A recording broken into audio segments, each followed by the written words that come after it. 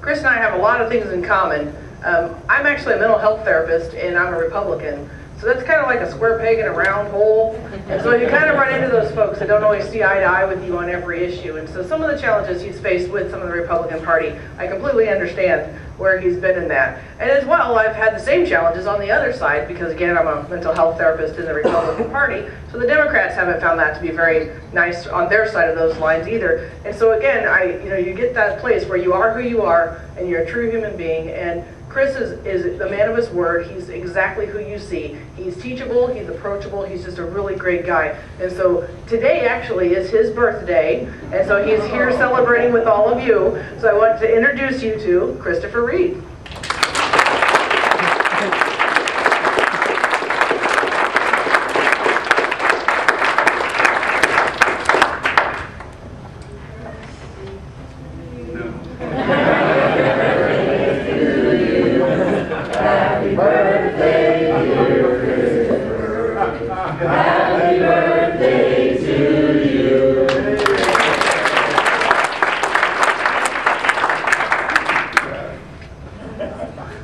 Thank you.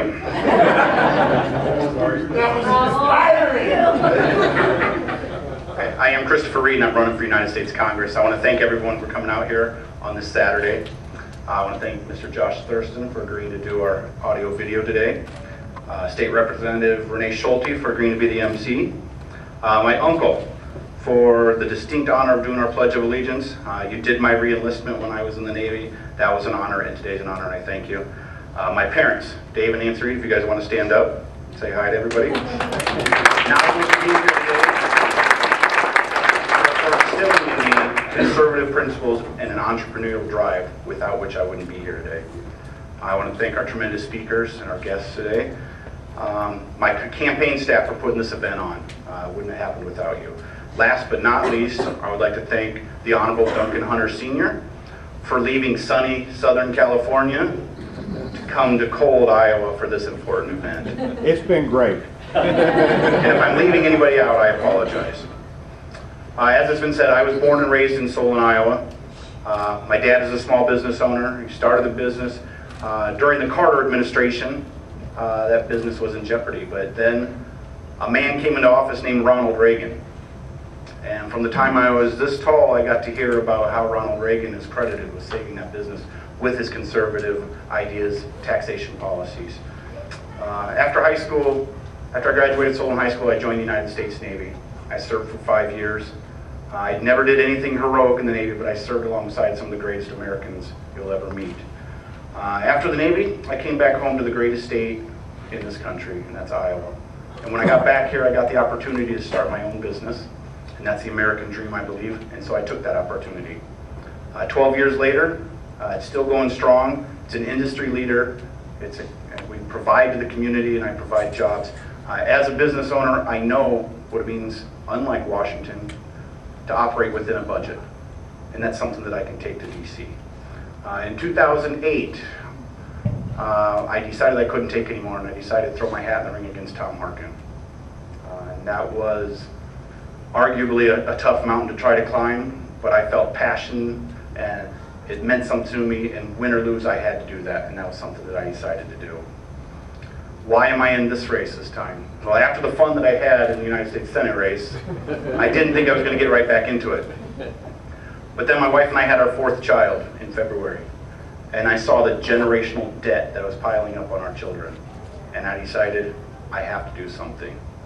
I saw unfavorable legislation for the future of this country, and I decided I had to do something. I asked myself, if not me, then who? If not now, then when?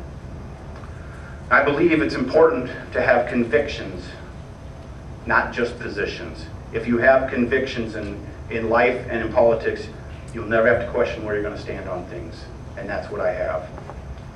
I am a Ronald Reagan conservative. I'm proud to say that.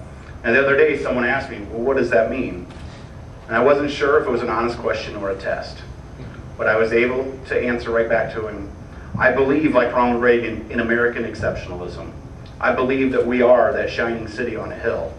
I believe in peace through strength and individual freedoms and personal responsibility. I believe in a smaller, less obtrusive government. lowering the tax burden on Americans and allowing Americans to keep more of what they make. We need conservatives in Washington. And Ronald Reagan won the 2nd District twice, and I plan to do that as well. What do we have in Washington right now? Washington is not listening to the American populace. We have bailouts for billionaires, stimulus packages, government takeover of private industries. We have a 1,990-page health care bill that Americans don't want. We have cap and trade, increased taxes, a shrinking economy, and record job loss, just to name a few. Now you heard me say, but they say that a conservative cannot win Iowa's 2nd District. Well, they also say that we need bailouts. They say we need cap and trade. They say we need a huge government. They say we need to take over the healthcare business. They say we need higher taxes. And I don't know about you, but I'm about tired of they telling me what I need.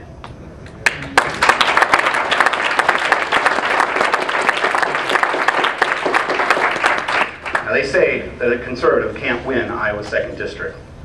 How many of you remember the 1970s movie Smoking the Bandit? There's a song in that movie with a phrase that says, "We're going to do what they say can't be done." And with your help, a conservative is going to win the 2nd District of Iowa.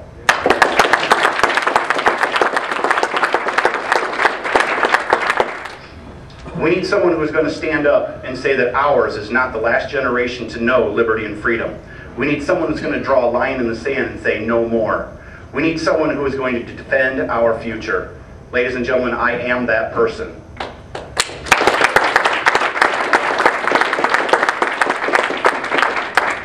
My platform is pretty straightforward and simple. Restore the founding principles of this great nation. As nations go, we've been around for 233 years. It's a relatively short time, but in that time we have become the greatest country that God has ever given man. And it's not because the government ran our lives. It was because of personal freedoms and the American ingenuity and drive for success. That's what we need to get back to. Defend and support the Constitution. That's an oath that every congressperson has to take, that they will uphold and defend that Constitution. And unfortunately, it's not being done today. We need to stop runaway spending, the generational debt that we are piling on our children. I have 4 children. None of them have began working yet. They are hundreds and hundreds of $1,000s in debt, and I can't stand by and let that go any further. We need to uphold the 10th Amendment. 10th Amendment is not always the most famous amendment or the flashiest, but it's very important. That's states' rights. And it says in there that all rights that aren't explicitly given to the federal government are reserved for the states and its people. We have an overreaching federal government today that has exceeded its power and needs to be turned back.